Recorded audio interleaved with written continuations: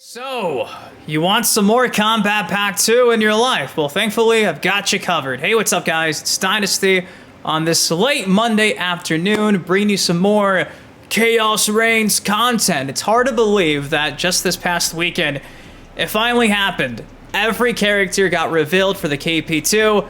The data mines were correct. Ghostface, Noob Saibot, Sector, Cyrax, Conan, and Terminator T-1000. It seems like you either love it or you hate it. It's almost like there's no in between. For me, they surpassed my expectations, but I went into the San Diego Comic-Con trailer with super low expectations, so that's not really saying much. If you want to see my whole thoughts on the characters, the pricing, I posted a 15-minute video yesterday talking about everything Chaos Reigns. Essentially, I just felt like these are some safe picks, and I kinda wish things were kinda different, but for the most part, I'm content. Don't kill me, internet. I'm content. I'm not gonna be rioting and saying I'm not buying the damn DLC. It is what it is at this point, and hopefully, even if you aren't too happy about it, there's something that kinda got you looking forward to it, even if it's just the story mode. Even if it's just that, I'm just saying, I hope there's something for you. But, as you guys saw in my last few videos, Ed Boon was doing a few interviews over the weekend. It's kind of crazy because most of those interviews are just shot with like a cell phone camera. They were super compressed, super low quality, really bad audio. We got a lot of juicy information though, including Floyd making an appearance through like a secret fight, maybe?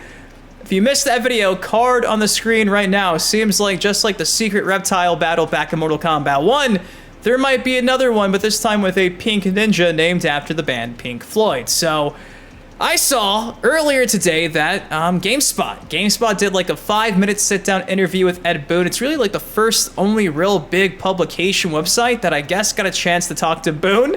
It's like 5 minutes long. The description reads, they talk about the Chaos Reigns DLC, the Combat Pack 2. I've not seen it yet, so I figured let's just watch it together. I'll turn on the camera, and hopefully, if we pray to the Elder Gods, he relays something juicy that we haven't heard yet. Maybe something new. I don't know. Let's watch it together. Let's see what happens. So if you're excited to see me watch this GameSpot interview, which I'll have linked down below if you want to watch it without me reacting, I don't blame you.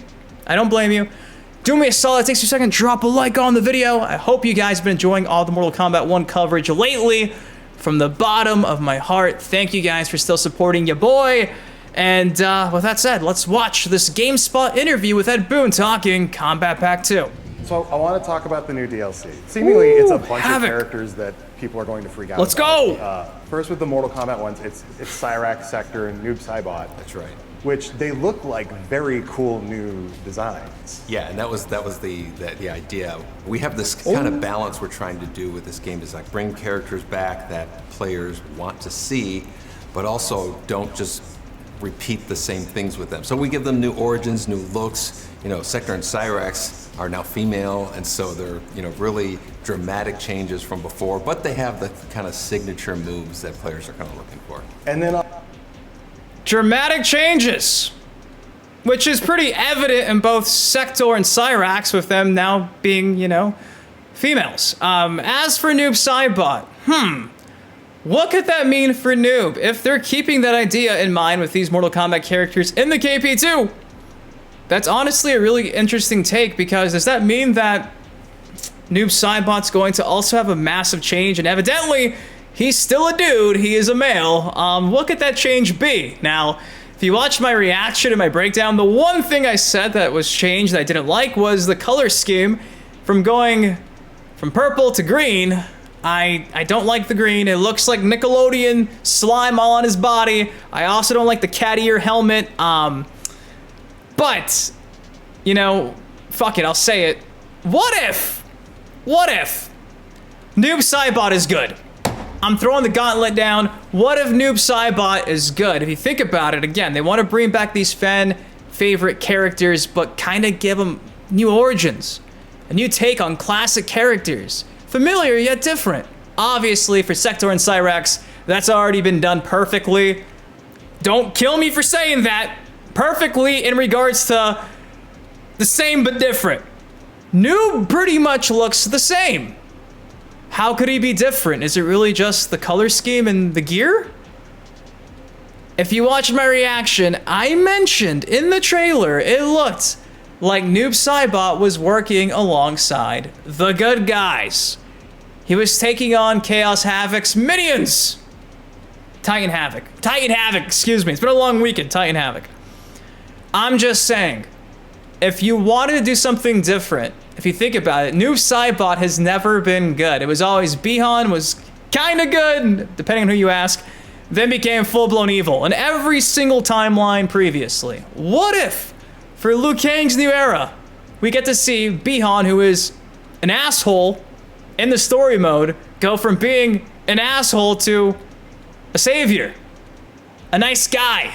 Hell, even neutral would be a pretty different change and take to the character. So I'm just saying, if they really wanted to shake things up, how do you do that for Noob Saibot?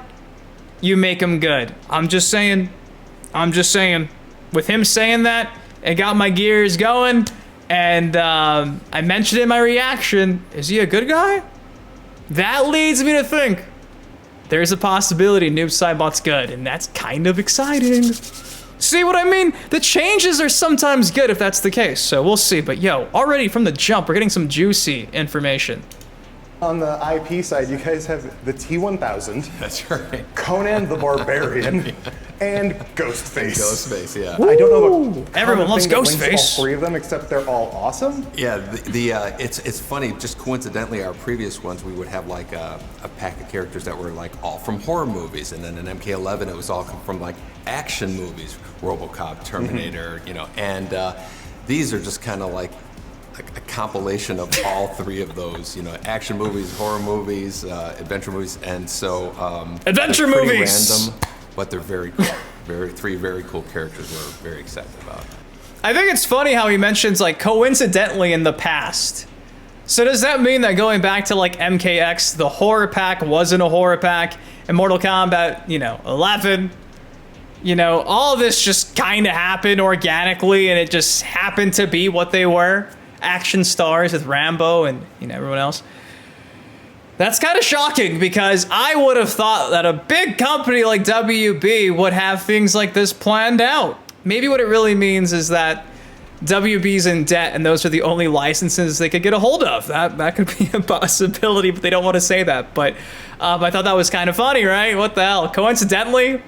I think what's so exciting is, like, so I go back to the beginning of this franchise playing Mortal Kombat in the donut shop around the corner from my house growing up, just pumping quarters into it, and then us going and getting chocolate milk to to power us through it. You know, to me, like, one of my favorite things about hearing people talk about Mortal Kombat is they have a very distinct story to tell of when they first saw it, what part of their life they were in, and all the details. Like we you all said, do. When we get chocolate milk, and I've heard 100 of them, and each time it's just as novel for me. Just somebody painting a picture of when they saw Mortal Kombat. Well, and now we're here. We are 3 decades later, and it's still like the standard bearer of.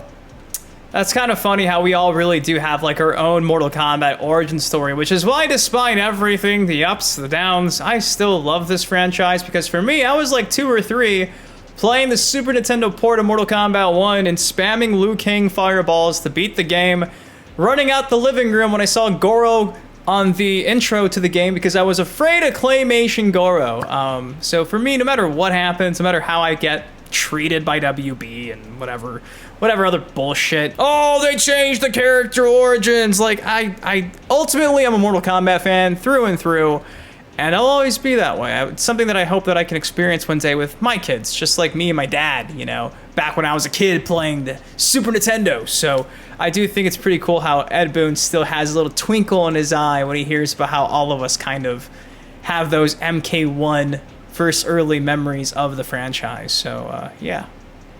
What's your Mortal Kombat 1 origin story? Let me know in the comments. These fighting games. Yeah. What, in your mind, what is it that keeps it to that point in everyone's mind where this is it? This is the gold standard for what we want. I do feel that we always want to kind of introduce something that players haven't done in He said that before. Right? Like if you if you go back to Mortal Kombat, like X, you know, we had, let's do 3 variations of each character, right? So, I haven't seen that before, and it kind of like, that's the mechanic. Mortal Kombat 11 kind of let you do a custom one, and Mortal Kombat 1 is these cameo fighters that come out. Cameo! So I think that's a big part of it. Some of it is also, it struck some people at a point in their life where they just have great memories, and it was part of it. I think it's kind of like when you hear a song that reminds you of something. Yeah. And so we've managed to come back with new games that have added something really cool to it, and it just kind of strikes something with players' nostalgic memories of Mortal Kombat. So we have a nice kind of rhythm going with that. Yeah, it's a good balance of what we grew up on, you know what I mean? That core memory, with it being refreshed, I'd say annually, but every other year or so. And you bring in the fact that Ed Boon has always said they like to do things different. When you have games like Street Fighter and Tekken who follow a whole legacy system, right?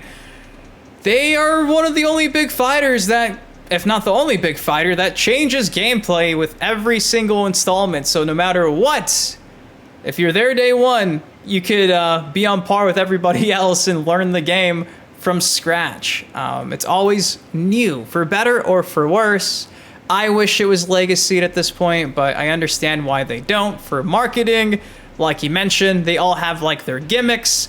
This gimmick being cameos. Now for marketing, it's like, yo, cameo, assist fighter. We've never done that before. And then, you know, long-time, old-time players are like, wait a second. This Mortal Kombat game I used to play's got new things like assisting in it? Oh, that's kind of worth picking up. And that's how it works. So they got a good balance of like hitting that core memory with also introducing new things. It's the perfect match made in heaven for WB making the Buckaroos off the license. So I wish things were legacied at times, because then I could probably be the greatest Sub-Zero player on the planet. That's sarcasm. But hey, you know, it keeps things fresh, but also the franchise here. There is one specific character that you guys added in somewhat recently, named Homelander. Oh, we're talking about Homelander? Perfect character for a Mortal Kombat game. But he has this taunt that when he wins. Oh, is it the milk? A little bit very popular, but a little viral on there. Yeah. When you see something like that pop up, they're asking about the the point where memes. it becomes a thing with people. Like, what is your reaction to something like that? Well, I had the same, you know, that's gross reaction when you know, the guys in the team who wanted to do it, you know. So we went back and forth. We said, no, it's too iconic for him. You know, we have to do it. I was like, are you sure? You know, you have to. Boone's expression here is priceless. Because if you just see it and you go, oh, he's drinking milk in a weird way, but then if you see the show, you kind of like, yikes. The context will really take you for a ride. He seems genuinely disturbed. I mean, so we know basically what the next year roadmap looks like. KP3? In terms of the characters we're getting. Beyond that, what excites you about what you can still bring to Mortal Kombat moving forward? Oh, it's a general question. Damn it. That's a really good question. The fact that everybody's coming along for us on this ride, and it's 30 years in, is, you know, there's a certain amount of, you know, we can't let people down. We got to 32 keep this going. To me, it feels, Mortal Kombat feels like it's getting closer to like a forever franchise. You know, like it's like Marvel, it's like DC, it's like, you know, Star Wars or whatever like that. Yeah, for sure.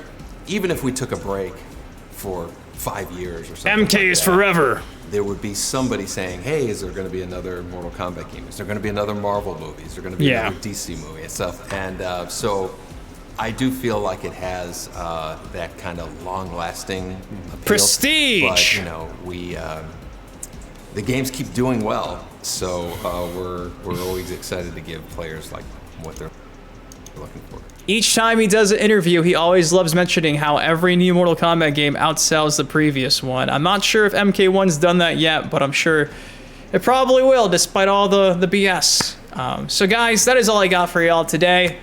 Shout out to GameSpot for that solid interview. If there's one thing to take from this, it's that there's going to be some drastic changes to these characters, potentially even their origin stories. Obviously for this guy, I think there's a chance he might be a good guy. I do think. I'm putting money on it. let's come back to this in 2 months and see if Noob Saibot by the end of it ends up being on the good guy side. That would be, I think, a pretty awesome change. But if you want to see the full interview yourself, again, I'll have it linked down below. If you guys enjoyed the video, do me a solid. It takes you a second. Drop a like on it. Subscribe for some more MK content like this on the channel. Till next time, been your host, been Dynasty. Guys, please take care, stay safe. Intrigued to read your Mortal Kombat origin stories down below. I love Mortal Kombat, man. I really do. Through thick and thin, no matter what happens, I will always be a Mortal Kombat fan. I'll always want the franchise to succeed. I just wish that things were a bit better with Mortal Kombat 1. I still have hope, so we'll see what happens. I love you guys. Thank you for watching, and I'll see you in the next video. Peace.